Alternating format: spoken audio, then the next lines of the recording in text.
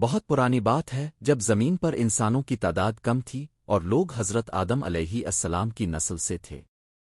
وقت گزرنے کے ساتھ ساتھ انسانوں نے زمین پر بسنا شروع کیا، کھیتی باڑی، تجارت اور رہائش کے نظام قائم کیے۔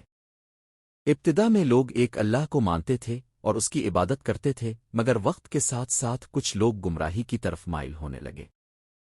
شیطان نے ان کے دلوں میں وسوسے ڈالے اور انہیں اللہ کی عبادت سے ہٹا کر بتوں کی پوجا کی طرف مائل کر دیا۔ لوگوں نے نیک بندوں کی تصویریں اور مجسمے بنائے جنہیں بعد میں ان کی نسلوں نے خدا کا درجہ دے دیا۔ اللہ تعالیٰ نے انسانوں کی اس گمراہی کو دیکھ کر ان کی ہدایت کے لیے اپنے نبی حضرت نوح علیہ السلام کو منتخب کیا۔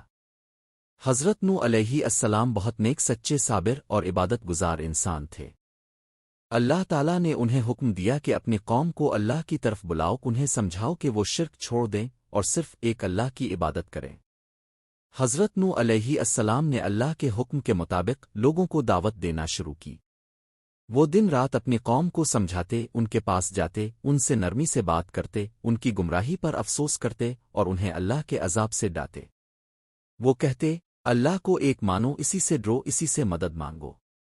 یہ بت تمہیں کچھ نہیں دے سکتے لیکن لوگوں نے ان کی بات کو مذاق سمجھا۔ وہ ہنستے، تانے دیتے اور کہتے کہ پاگل ہو گئے ہیں، انہوں نے اپنی عقل کھو دی ہے۔ حضرت نوح علیہ السلام نے ہمت نہیں ہاری۔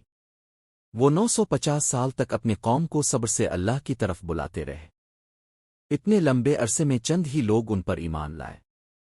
ان میں زیادہ تر غریب، مسکین اور کمزور لوگ تھے جنہیں قوم کے بڑے لوگ حقیر سمجھتے تھے۔ سرداروں نے حضرت نوح سے کہا کہ اگر تم چاہتے ہو کہ ہم تم پر ایمان لائیں تو پہلے ان غریبوں کو اپنے پاس سے نکالو۔ حضرت نوح نے کہا، یہ لوگ اللہ کے بندے ہیں، میں انہیں کیسے نکال دوں؟ میں تو بس ایک پیغام پہنچانے والا ہوں، میں تمہاری مرضی کے مطابق کام نہیں کر سکتا۔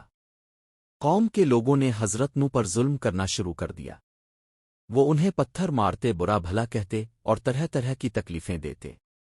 حضرت نوح علیہ السلام پھر بھی اللہ سے دعا کرتے کہ اے پروردگار، میری قوم کو ہدایت دے، یہ نہیں جانتے کہ کیا کر رہے ہیں۔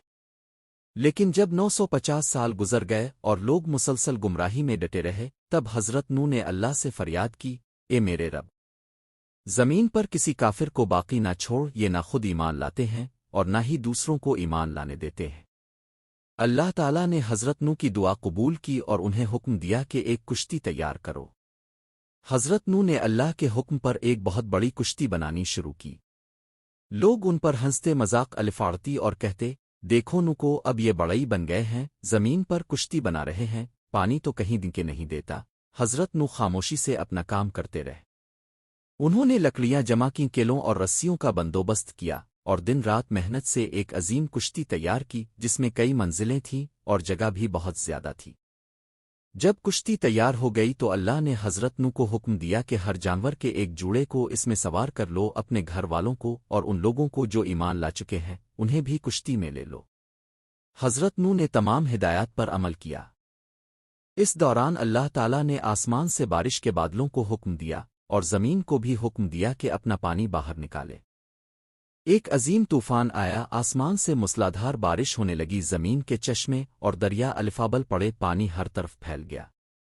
دیکھتے ہی دیکھتے پورا علاقے پانی میں ڈوب گیا، پہاڑ، درخت، گھر سب پانی کے نیچے چھپ گئے۔ حضرت نوح کی کشتی پانی میں تیرنے لگی جیسے وہ پانی کی ایک پناہگاہ ہو۔ حضرت نوح نے کشتی کی کھڑکی سے باہر دیکھا اور اپنے بیٹے کو بلایا جو ایمان نہیں لایا تھا۔ انہوں نے کہا، بیٹے، ہمارے ساتھ کشتی میں آ جاؤ، یہ طوفان بہت بڑا ہے، بچنے کا کوئی اور راستہ نہیں۔ بیٹے نے کہا، میں کسی پہاڑ پر چڑھ جاؤں گا، وہ مجھے بچا لے گا۔ حضرت نوح نے کہا، آج اللہ کے عذاب سے کوئی نہیں بچ سکتا سوائے اس کے جس پر اللہ رحم کرے، مگر اس کے باوجود بیٹا کشتی میں نہ آیا اور طوفان میں ڈوب گیا۔ یہ منظر حضرت نوح کے لیے بہت تکلیف دہ تھا۔ ان کی آنکھوں کے سامنے ان کا بیٹا ڈوبا، مگر وہ جانتے تھے کہ اللہ کا فیصلہ سب سے افضل ہے۔ کشتی کئی دن اور راتوں تک پانی پر تیرتی رہی، یہاں تک کہ اللہ نے زمین کو پانی واپس نگلنے کا حکم دیا اور آسمان سے بارش روک دی۔ رفتہ رفتہ پانی کم ہونے لگا اور کشتی ایک پہاڑ پر آ کر ٹھہر گئی۔ ہر طرف خاموشی چھا گئی، ہر کافر طوفان میں ختم ہو چکا تھا، صرف وہی لوگ بچے جو کشتی میں تھے۔ حضرت نوح اور ان کے ساتھی کشتی سے باہر نکلے اور اللہ کا شکر ادا کیا۔ انہوں نے ایک نئی زندگی کا آغاز کیا، زمین پر دوبارہ انسانوں کی بستی بسائی۔ حضرت نوح نے ان سب کو اللہ کے احکام سکھائے اور وہ سب اللہ کی عبادت کرنے لگے۔ حضرت نوح نے بہت لمبی عمر پائی اور اپنی زندگی کے آخری لمحے تک اللہ کے پیغام کو پھیلانے میں لگے رہے۔ ان کی پوری زندگی صبر، دعوت، قربانی اور اللہ پر مکمل بھروسے کی مثال ہے۔ حضرت نوح نے ثابت کیا کہ حق پر ڈٹے رہنا آسان نہیں ہوتا، لیکن جب انسان اللہ کے ساتھ ہو تو دنیا کی کوئی طاقت اسے ہرا نہیں سکتی۔ ان کی کہانی ہمیں یہ سکھاتی ہے کہ ہدایت دینا اللہ کے ہاتھ میں ہے، لیکن ہمیں اپنی کوشش میں کمی نہیں کرنی چاہیے۔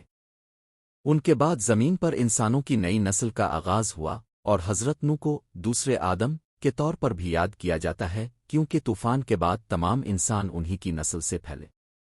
یہ قصہ ہمیں ایک طرف اللہ کے عذاب کا خوف دلاتا ہے تو دوسری طرف اس کی رحمت کی امید بھی دلاتا ہے۔